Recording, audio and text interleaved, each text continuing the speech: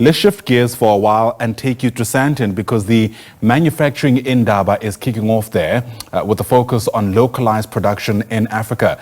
The continent is home to about 15% of the world's population and abundant resources, yet it contributes only around 3% to global manufacturing. Watching developments for us there is SABC News reporter Liabo Setho, who joins us now live from Sandton.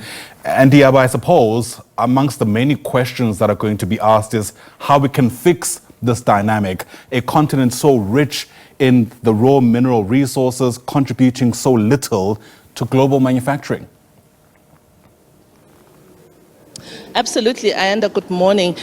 This is definitely going to be taking center stage, especially on the back of those tariffs that were announced by the US last week. Of course, they'll only kick in on the 1st, but the resounding comments around industry players is that this is the time to be looking for new markets and looking for, with the critical minerals that the continent is endowed with, to what extent will we use that as leverage? 3% of contribution to global GDP is very small when you look at the size of the economy. But in South Africa, it is 13%, but it could be higher when you track back to around 2008, 2009, when the sector lost about 1 million jobs. It has never really regained those jobs back.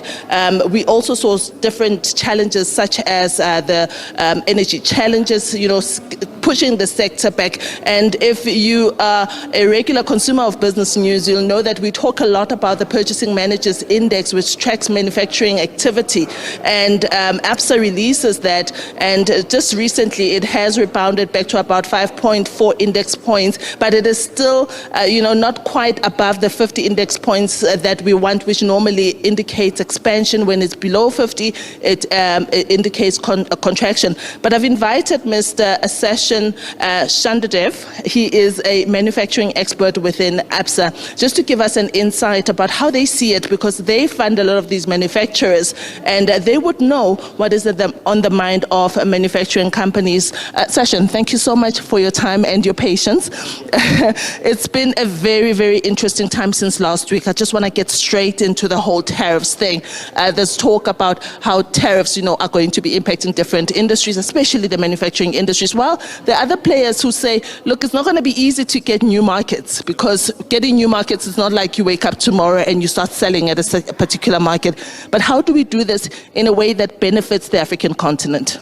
Liabo, I think, hi, thank you very much. So Liabo, I think it's important that we take a little bit of a step back, right? So from a manufacturing perspective, it's very positive. You mentioned the numbers. It's a positive uptick. The output numbers were also out, and we were 0.5% up year on year in May, coming out of a 6.4% decline year on year in April. So I think it's for us it's a very good story. I think the headwinds in the manufacturing sector have been quite rife over the last 6 months. And the tariffs was something that really, when the announcement came, we even found a slight decline in our BER survey, right?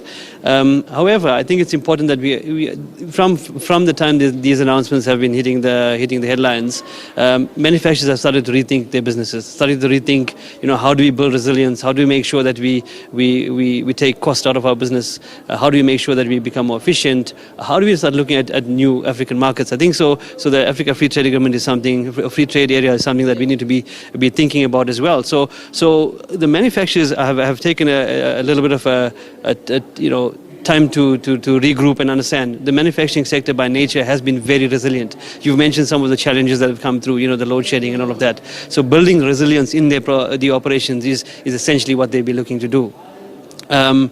From the tariff specifically, I think so.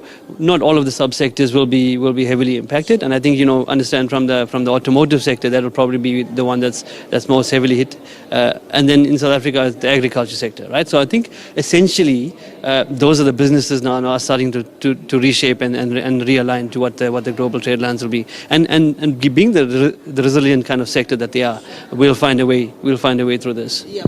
As a bank, you obviously see the needs of the manufacturers, and some of them would be original equipment manufacturers or whoever they may be. When they come and look for funding to you, do they say that they want to expand into the rest of Africa, or what exactly are they looking for funding from? Are they even coming for funding these days? Yeah, look, I think so. So here's the thing, right? As a bank, it's important for us to be partners with our customers, right? And we're walking that journey. So we need to be cognizant of what's happening and what are the headwinds that they're currently facing. So in the market currently, and the headwinds that have been for the last 6 months, were typically cost intensive. So what we have to do from a manufacturer, it's how do you manage that cash flow cycle? How do you be there at the time of real need?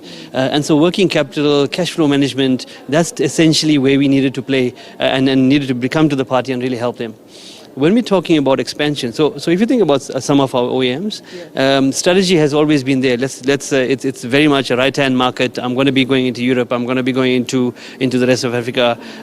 That's essentially where I play. So I'm fairly comfortable. But the other kind of dimension that we need to be thinking about is how do you build there's a green and climate consciousness that needs to come in, and how do you build that into the operation? And I think that's actually the next frontier in the manufacturing sector in Africa now, right? Yeah. So how do you build that reduce the carbon emissions and increase your environment consciousness in your business? And there's various different types of things you could do to get there. Yeah. Speaking about building, I'm quite passionate about the growth of small and medium enterprises. Are we seeing more of them knocking on your doors looking for funding to start manufacturing plants? And if so, what kind of quality of the books are you seeing landing on your desk? Look, I think there's as a nation, I think we're quite entrepreneurial. So we're starting to see a lot more. So in tough times, we always look at innovation and finding new products and new avenues, and we definitely seeing that. Different types of products, one or two steps more beneficiation rather than exporting all of it out. So I think that's essentially what we're starting to see. We're starting to see lots of the role players coming together. And how do you drive local manufacturing? How do you drive the local beneficiation rather than just export? What can we do? One or two more steps to add more value, because that's what manufacturing is about. It's about adding value to a raw material and making it usable to an end customer. Yeah. Session, when we talk about the Africa Continental Free Trade Area, it's something that we talk about constantly. But how do you at ABSA see its future? Intra-Africa trade is something we've spoken about for many years, but it's still quite low and not happening at the scale that we would like it to happen, so that we don't need to export to markets that really are hitting us with steep tariffs, that could bring businesses out of business, as it were. But how do you see the future of the Africa Continental Free Trade Area? Do you think that come 10 years from now, we will actually see its benefits to this current cohort of manufacturers? So look, I think it depends on how we frame it, right? I think it's also important as manufacturers that we need to realize for us to win in this, we need to collaborate a lot more. It's not about how do we compete. It's about what is our core competency in a specific country, and how do we export that competency, that kind of what are we really good at in a specific country, and export that rather than trying to compete head on. That's the first play. Sure. From a bank perspective, whenever businesses are always looking, manufacturing businesses are always looking for new markets, right? We've got a widespread of we well populated across the country. Across the continent, right? We in 12 different countries, and essentially, when a business says, "Look, I'm looking to expand into that country," it's how do we link them up into that the receiving country to be able to deliver that type of seamless service for our clients. Yeah.